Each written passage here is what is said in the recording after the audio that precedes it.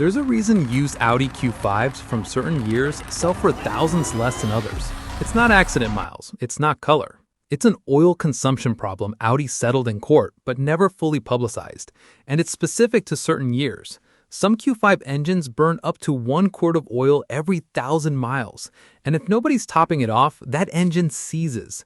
A $6,000 to $10,000 engine replacement on a car that might only be worth $15,000 used. So here's exactly which years to avoid, which 4 years are a certified gold mine, what each one actually costs right now in 2026, and how to test any Q5 for this problem in under 5 minutes. Let's get straight into the ranking. Quick context before the countdown. These are all first-generation Q5s running Audi's 2.0 TT engine, the same engine tied to a class action settlement in 2014 over faulty piston rings that let oil burn off unnoticed. Here's a short version of what actually goes wrong. The piston rings didn't seal properly against the cylinder wall, so oil crept past into the combustion chamber and burned off along with the fuel. There's no puddle under the car, no burning smell in the cabin most of the time, and the low oil warning sensor on these years was notoriously unreliable, so a lot of owners had no idea anything was wrong until the engine was already in trouble. This is the list you screenshot before you go shopping. Number 3. 2016 Audi Q5, around $13,000 to $16,000. Picture a well-kept, mid-sized luxury SUV with a few years of daily driver wear on a leather. Leather starting to show creasing, tech that already feels a generation behind. The 2016 is late enough in the first generation that Audi had started making running changes, but the core engine architecture hadn't been replaced yet. Owner forums on AudiWorld.com still log oil complaints for this model year, though at a lower rate than the true worst years. It lands at number 3 because it's a coin flip. Some 2016s were fine, some weren't, and there's no reliable way to tell from the outside. Risk level, moderate. Number 2. 2014 Audi Q5, around $11,000 to $14,000. This one often shows up on lots looking like a steal. Clean paint, low sticker price, the kind of listing that gets a click just on price alone. That's exactly the problem.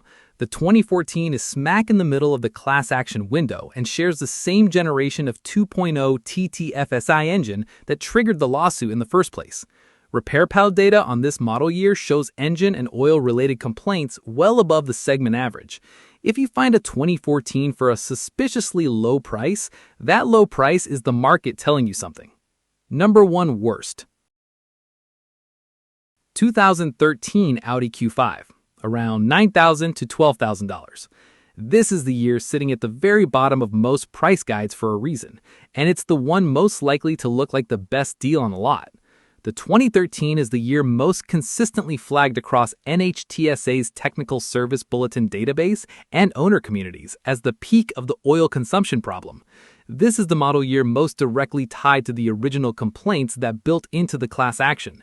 If you're looking at a 2013 Q5 and the seller can't produce oil consumption records or a documented engine service history, walk away. This is the single riskiest year to own in the entire Q5 lineup. Here's the part that should make you a little angry. Audi didn't do a full engineering redesign to fix the piston ring issue mid-generation. Instead, the settlement largely covered extended warranties and reimbursements for owners who filed a claim within a specific window. If you weren't one of the original owners or you bought the car used after that window closed, you likely never even knew a settlement existed. The problem wasn't engineered out of the first generation Q5, it was engineered out for the next generation. Which brings us to the good news. Here's a step most buyers skip entirely. Run the VIN through Audi's owner portal before you buy. Some of the extended warranty coverage tied to the original settlement followed the vehicle, not just the original owner, which means a small number of these high-risk year Q5s may still be carrying extended piston ring or engine coverage today, even in private party resale. It costs nothing to check. It takes about 5 minutes. And if you find the 2013 through 2016 with active coverage still attached, that single detail can flip it from a car to avoid into one of the better protected used luxury SUVs on the entire market. Most sellers won't know to mention this, and most buyers never think to ask, which is a genuine edge if you're willing to do the 5 minutes of digging. One more thing before we get to the best years. A lot of buyers get confused at the lot because Audi gave the first generation Q5 a facelift in 2013, and that redesigned styling makes some high-risk year cars look newer and more modern than they actually are under the hood. Don't let the redesigned headlights and grille fool you into thinking you're looking at second-generation reliability. The real tell is the body shape and infotainment screen. First-generation Q5s, all the way through 2017, have a more rounded, softer overall silhouette and a smaller, tablet-style infotainment screen that sits recessed into the dash rather than mounted on top of it. Second-generation Q5s, starting in 2018, have a noticeably sharper, more angular bodyline, larger wheel arches, and a screen that sits proud on top of the dashboard rather than built into it. If you're standing in a lot and you're not sure which generation you're looking at, check the dash first. It's the fastest visual confirmation there is, faster than pulling up the VIN on your phone. Now let's talk about the years that turned this whole story around. In 2017, Audi rolled out the second generation Q5 with a completely different engine, the EA888 Gen 3B. This wasn't a patch, it was a redesigned engine family, and it eliminated the systematic oil consumption problem that plagued the first generation. Number 4. 2018 Audi Q5, around $21,000 to $24,000. Step into this one and the difference is immediate. Sharper body lines, a screen that actually sits on top of the dash instead of buried in it, and cabin materials that still feel current in 2026. It's the first full model year of the second generation. Early Gen 3B engines in the 2018 have zero documented pattern of systematic oil consumption in owner communities or repair pal data. This is the entry point into the clean generation, and prices on 2018s have already dropped enough to make them a strong value. Number 3. 2019 Audi Q5, around $23,000 to $26,000. Same clean engine, same modern cabin, but by 2019, Audi had a full production year of real-world data behind the redesigned engine, and reliability tracking stayed clean. Car and Driver's long-term testing on this generation reported no consumption issues over extended mileage. If you want the second-generation styling and tech at a slightly friendlier used price, this is a strong pick. Number 2. 2020 Audi Q5, around $25,000 to $28,000. This is the one that still feels almost new from the driver's seat. Updated tech, a refreshed infotainment layout, and the same clean EA888 Gen 3B engine carried forward underneath. This is often the sweet spot buyers overlook. It's new enough to feel current, but it's dropped out of the steepest depreciation curve. Number 1 best, 2021 Audi Q5, around $27,000 to $32,000.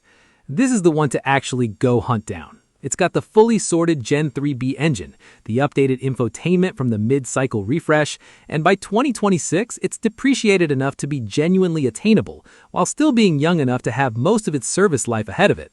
Zero documented systematic oil issues. Before we get to pricing, let's talk about what a genuinely healthy Q5 looks like when you're standing in front of one, because the good ones are out there in big numbers, and you want to be able to recognize them fast. A clean example, whether it's an early car that beat the odds or one of the recommended second-generation years, will have a consistent service history with no gaps longer than a year. Look for oil changes logged at regular intervals, not sporadic top-offs. Check under the hood for any aftermarket sealant residue around the valve cover or oil pan gasket. That can be a sign someone tried to mask a leak rather than address consumption.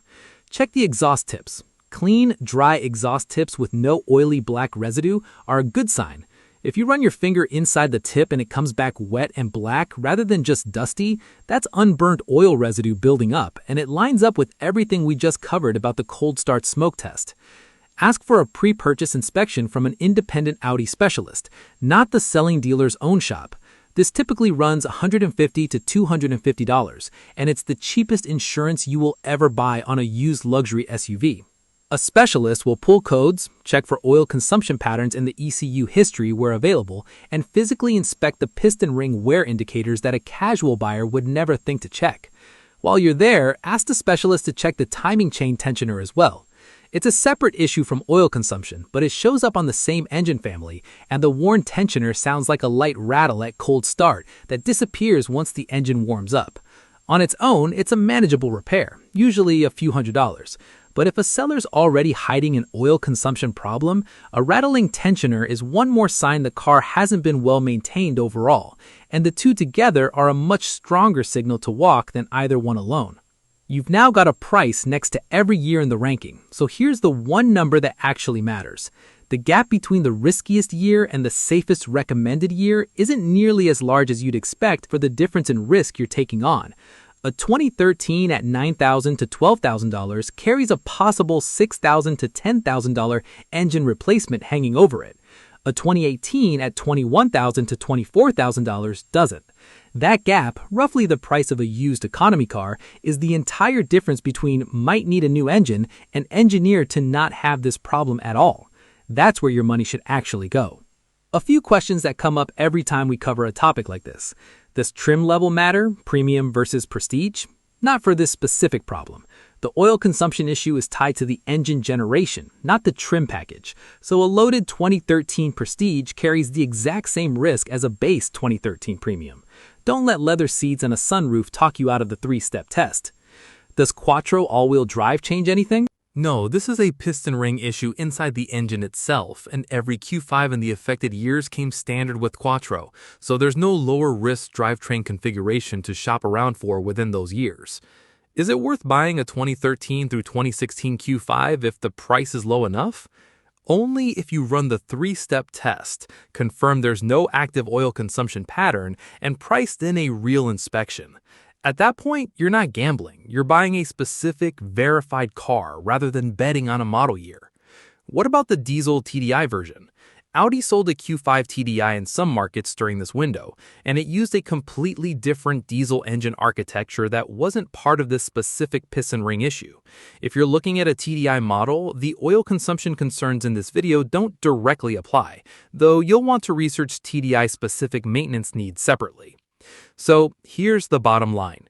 If a Q5 from 2013 through 2016 is priced too good to pass up, that price is doing exactly what it's supposed to do. Warning you. Run the three-step test before you sign anything. Check the VIN for lingering coverage, and don't let a facelifted dashboard talk you into thinking you're safe. And if you can stretch your budget into 2018 through 2021, you're buying into the generation where Audi actually solved the problem, not just settled for it in court. To recap the ranking one more time before you go shopping, the years to avoid, worst to least bad, are 2013, 2014, and 2016. The years to actually go hunt down, best to still great, are 2021, 2020, 2019, and 2018. Screenshot that list, save it to your notes, and pull it up the second the listing catches your eye. And here's the thing worth remembering about this whole story. It's not really about one bad engine. It's about how much money changes hands on a used car lot based on information the seller has and the buyer doesn't. A 5-minute VIN check, a 5-minute dipstick check, and a cold start smoke test are the entire difference between a $35,000 gold mine and a $35,000 money pit. And none of those 5 minutes cost you $1. If you're cross-shopping other used luxury SUVs before you commit to a Q5, let me know in the comments which brand you want ranked next, because there's a lot more of these great car, wrong year stories out there, and I'm not done digging through them. And if this saved you from almost buying the wrong Q5, that's exactly what this channel is here for. Subscribe. See you in the next one.